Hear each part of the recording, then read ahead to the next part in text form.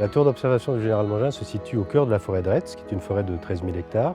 Elle se situe sur un promontoire qui fait à peu près 220 mètres de haut, qui est un des points les plus hauts de la forêt justement. C'est un lieu qui a toujours été utilisé par l'homme comme point haut de la forêt pour pouvoir observer aux alentours. Il y a eu un premier observatoire qui a dû être construit en 1914. On parle d'un ouragan qui aurait fait tomber un arbre qui lui-même aurait entraîné dans sa chute les restes de l'observatoire qui était déjà un peu fragilisé à l'époque. À la suite de quoi, il n'y a pas eu de nouvel observatoire qui a été reconstruit. Il y a eu une stèle en 1925, mais qui bien sûr ne rend pas compte de ce qu'elle pouvait être.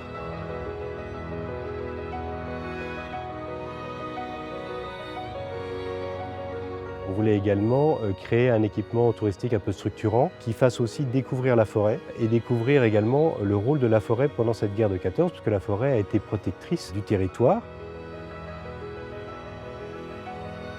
La tour Mangin est une reproduction de l'observatoire qui avait été construit en 1918.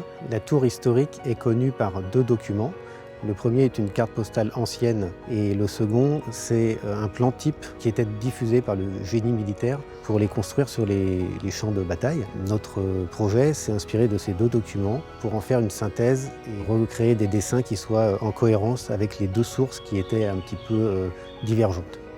Le projet a démarré par des visites de terrain, des analyses du peuplement forestier qui était en place, imaginer comment le cadre pouvait être aménagé pour l'accueil du public et le public de plus grand nombre, y compris les PMR. Nous avons utilisé des bois d'origine française, du mélèze et du douglas. Le bois est intéressant parce qu'il est léger et il permet notamment une certaine capacité de déplacement de la tour, ce que l'on n'aurait pas sur d'autres matériaux.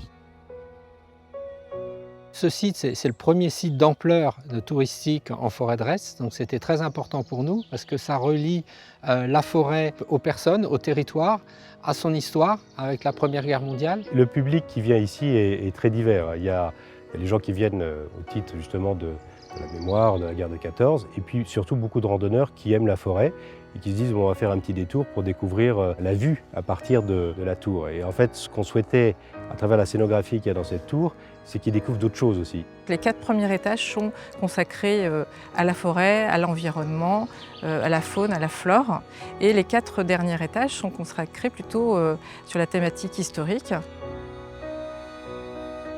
On a eu connaissance du concours Forêt-Bois Patrimoine grâce à l'ONF. Nous sommes immédiatement lancés en nous disant pourquoi pas nous, vu la réalisation que représente l'observatoire et la fierté qu'on en tirait et la mise en avant à la fois de l'histoire bien entendu, mais également de l'utilisation du bois comme matériau principal, en l'occurrence du mélèze des Vosges. C'était vraiment important que ces deux aspects-là soient valorisés et c'était vraiment une belle surprise pour nous d'être primés. Construire une tour, c'est quelque chose d'important dans la vie d'un architecte, donc ça a été un moment valorisant. D'autant plus à titre d'enfant du pays, j'ai beaucoup entendu parler de ce projet pendant des années par notamment les anciens combattants et j'ai eu la chance de pouvoir y participer. Ce qu'on souhaitait, c'est qu'on puisse continuer à témoigner de ce qu'avait été la guerre de 14-18 et qu'on puisse transmettre cette mémoire et qu'on n'oublie pas l'importance de cette guerre à la fois pour le territoire et pour la nation française.